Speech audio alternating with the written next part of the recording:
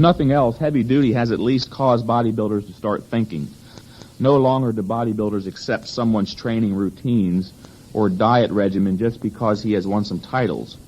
We know by now that in the great majority of cases, it's a superior genetic predisposition that was responsible for the development of most champions. But let's go further than questioning any one individual's training practices and go right to the foundation of conventional training. Where is it ordained, for instance, that one repetition must be followed immediately by another? Who says that a weight should be used in one's exercises that is light enough or heavy enough to allow for the performance of 10 repetitions? Such questions are, of course, rhetorical, as we realize there are really no such rigid rules. And even further, these questions imply that most of us train according to tradition, convention, and imitation. No one has ever scratched in stone that one rep must immediately follow another. It just seems the natural thing to do, so why do otherwise? And what the heck, 10 is a nice, easy, round number, so why not do 10? It is a well-known point at this time that intensity of effort is the single most important factor influencing the rate of skeletal muscle growth. Muscular effort imposes a stress on our muscles and overall physical systems, which causes us to adapt to that particular stress by developing larger and stronger muscles. And as we adapt to a certain level of training stress, such as a beginner on a basic conventional routine, by growing and getting stronger, increasingly higher levels of stress are required if we desire to continue progressing. Continuing to perform tasks or lift weights that are already well within our existing capabilities will do little, if anything, to stimulate progress. Muscular growth, you must realize, is a defense against the stress of intense muscular effort. And muscular growth will cease when the effort you are generating in your workouts is no longer intense enough to threaten the body sufficiently to cause it to defend itself. That may sound a little technical and theoretical, but I think it makes sense when you think about it. For the beginner, almost any type of training is stressful enough or intense enough to induce adaptation through size and strength increases. Going from no training at all to any type of training, even a low or moderate intensity type, represents a dramatic increase in the stress intensity that the beginner's body is normally exposed to on a day-to-day routine basis. And for a while, this will cause him to progress. Merely by adding weight to his exercises and by resting for shorter periods of time, that is, doing the same workout in less time, the beginner and intermediate bodybuilder will progress. As the beginner progresses, however, and the intermediate bodybuilder, to a more advanced stage by adding muscle, the formula becomes more and more complex due to the changes in his physiology that attend muscular growth. The larger your muscles get, the greater become the demands imposed on your body's resources and reserves during these intense muscular contractions. Physiologists have discovered that the average individual has the capacity to increase his strength and hence his ability to generate intensity by some 300%, while his ability to recover from intense stress, on the other hand, only increases by 50%. So, as we get bigger and stronger, the likelihood of overtraining increases dramatically. Many bodybuilders, or most bodybuilders, however, pursue a type of training that is just the opposite of the way it should progress. Rather than increase the intensity of their effort and reduce the duration of their effort as they progress, they do just the opposite. They decrease the intensity of their effort and prolong the duration of their effort. In other words, as they continue to progress, they think they have to make their workouts longer and longer. And invariably, what has to happen, because of the nature of the relationship between intensity and duration, the intensity decreases and their progress slows down or comes to a halt altogether. Well, about 1.5 years ago, I had reached an impasse in my progress. Though I was training in my usual fashion, that is very heavy with all-out effort each and every set, I couldn't seem to add much in the way of additional mass. Discussing this thoroughly with a stress physiologist, I discovered that my body had adapted to a certain level of intensity and to certain methods, namely pre-exhaustion and forced rep training.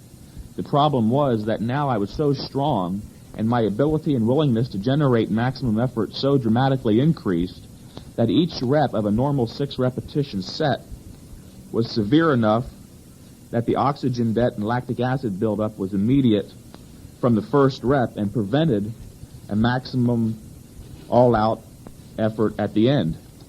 What I needed was a method that provided for intense maximal contractions while slowing the buildup of metabolites and the onset of oxygen debt, which prevent ultra-intense effort. The method that fulfilled these requirements was rest-pause training. With rest-pause training, I warm up a given area thoroughly first by doing a couple of sets with a lighter weight leading up to the heavy weight, then select a weight for the first repetition of the set that is a maximum for a single attempt. Of course, this ensures maximum intensity of effort. After performing that first all-out rep, I put the weight down and rest for a maximum of 10 seconds to allow for the oxygen debt to right itself and to allow the waste products to exit the muscle. This will allow my second repetition with the same weight to be another all-out maximum intensity rep. You will need a partner for rest-pause training, obviously, as you may not be quite able to do a complete second rep without his assistance. And be sure that such assistance is just enough so you are barely able to complete that second rep. After the second rep, put the weight down again and rest for 10 seconds. By this time, however, the weight should be reduced by probably 20% so you can do at least one full rep by yourself. After 10 seconds rest, pick up the reduced weight and perform another deliberate controlled rep. Rest again before the fourth rep, maybe up to 15 seconds now as you'll be very fatigued, and do the fourth rep with your partner's assistance. I wouldn't try to do more than 4 or 5 reps at the very most in rest-pause fashion, as it is very, very intense and demanding. So demanding that you really can't appreciate it until you try it. You must realize that with rest-pause training, every single rep of the set is an all-out maximum effort, not just a final rep as is the case with conventional methods.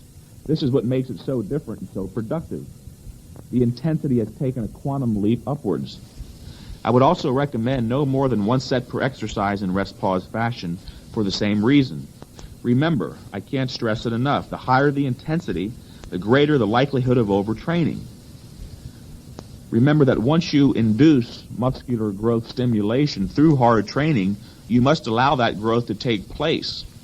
If you're constantly overtraining and not giving yourself enough time between workouts to recover, how can you expect to grow? Remember, you've got to recover first. Growth takes place secondarily.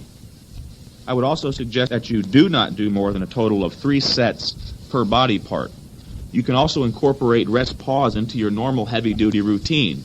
For instance, when training your chest, you might do 1 set of incline presses, rest-pause style, and then proceed with 1 or 2 cycles of pre-exhaustion with forced reps and negatives and so forth. If you desire to try rest-pause exclusively, don't continue the program more than 4 to 6 weeks, as it is as mentally demanding as it is physically and can cause you to burn out and lose motivation. However, if you decide to use rest-pause, stick to the fundamental heavy-duty concepts. Number 1, perform all movements very deliberately and under control. Don't try to yank, jerk, or bounce heavy weights. That's what causes injury to the joints. Lifting heavy weights does not cause injury. It is when you try to bounce, jerk, and thrust the heavy weights by using the force of momentum that you injure the connective tissue. Number 2, always emphasize the negative or the lowering of the weight. There are those exercise physiologists who believe that the great majority of the benefit to be derived from weight training is had from the negative aspect of the rep, that is lowering the weight. Number 3, keep your sets low. Never do more than 5 sets per body part. As you continue to progress, I suppose it's somewhat natural to want to add more and more to your workout because your enthusiasm is growing and your energy is burgeoning. However, perhaps the most important exercise you can perform is the exercise of restraint. Restrain that tendency to always want to do more. Remember, your body has to recover, and when you do too many high-intensity sets, you're not going to give your body enough time to recover between workouts. Number 4, never train more than 4 days a week, and in some cases, even 4 days out of every 7 days is too much training. What should guide you is how much progress you're making. If you don't realize immediate progress from heavy-duty training or rest-pause training, then you're probably not giving yourself sufficient time to recover. The intensity of effort involved with heavy-duty training is more than sufficient to induce growth stimulation. So if in fact you aren't realizing such progress, then you're not giving yourself enough time to recover between workouts and grow as well. Maybe training 4 days out of every 9 or 10 days would be better.